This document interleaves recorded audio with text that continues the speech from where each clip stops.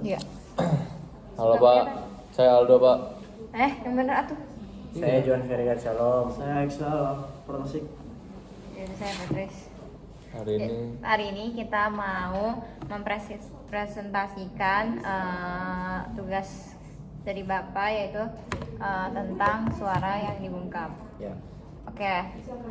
Sebelumnya PPT ini gue ingin dilatar belakangi dengan pada tahun 1988 yang di bawah pimpinan Soeharto,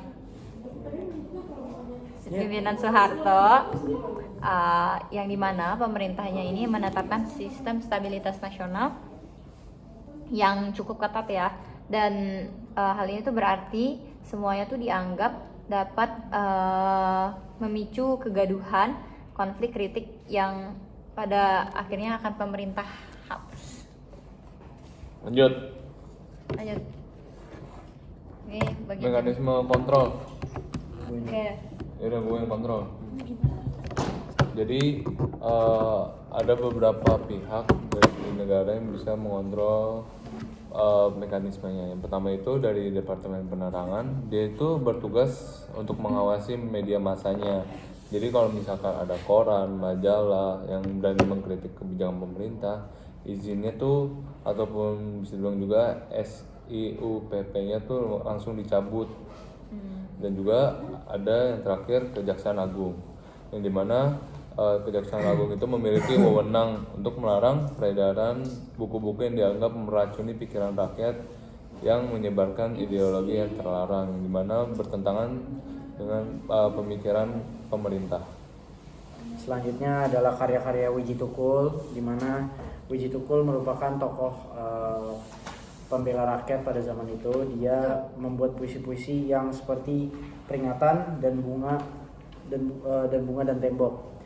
Jadi puisi-puisi ini dibuat untuk mengkritik pemerintah karena pada zaman itu menurut Wiji Tukul dan masyarakat, pemerintah sangat timpang atas keadilan yang dilakukan, sehingga dia dilarang keras karena membakar semangat perlawanan kaum buruh dan mahasiswa. Dan hingga kini Wiji Tukul tidak ditemukan lagi di mana-mana karena rumornya bahwa dia diculik oleh antek-antek atau pemerintah pada saat itu. Iya.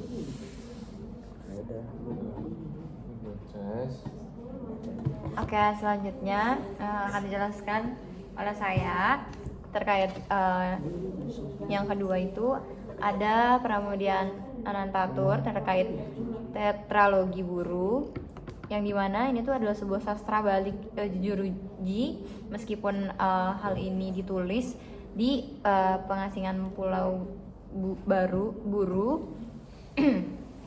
Karya Pramudia Anantatur ini semacam novelnya Bumi Manusia yang dilarang beredar oleh Kejaksaan Agung karena dituduh menyisipkan ajaran Marxisme dan Leninisme. Dan kepemilikan buku ini tuh pada tahun 90-an pada masa itu gitu dapat berujung pada integrasi militer atau mungkin hukuman penjara. Jadi adanya larangan untuk mempunyai buku-buku tersebut yang tadi sudah disebutkan. Oke.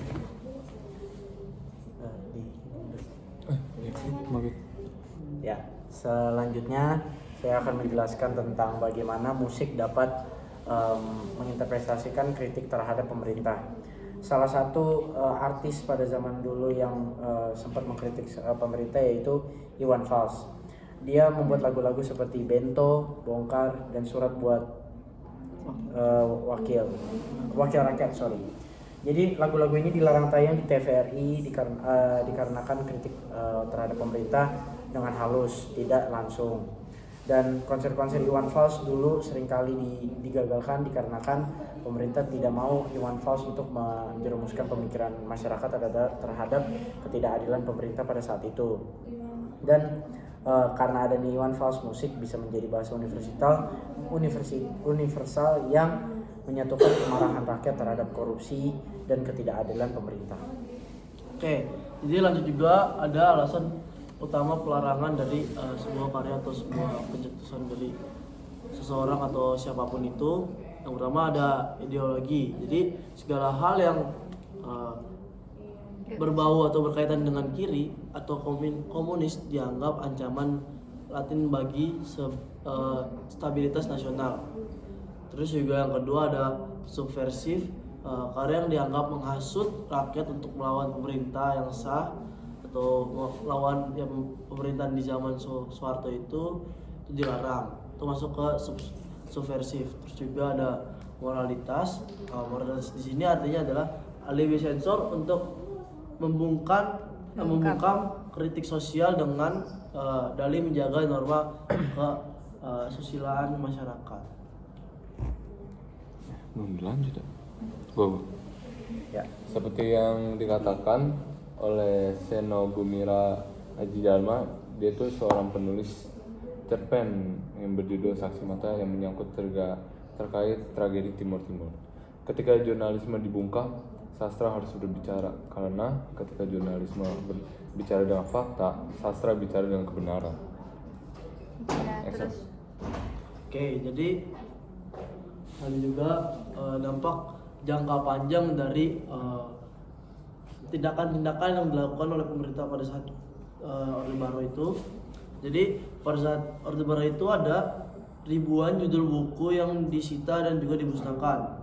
Hal ini menyebabkan terjadinya lost generation atau kurangnya literasi di dalam sejarah Indonesia. Ini tingkat paling rendahnya pada saat di zaman itu, di mana masyarakat kehilangan akses terhadap perspektif alternatif sejarah bangsa. Ini kurang lebih ada 2000 lebih buku. itu alasannya kenapa negara Indonesia itu kurangnya minim seperti kayak literasi.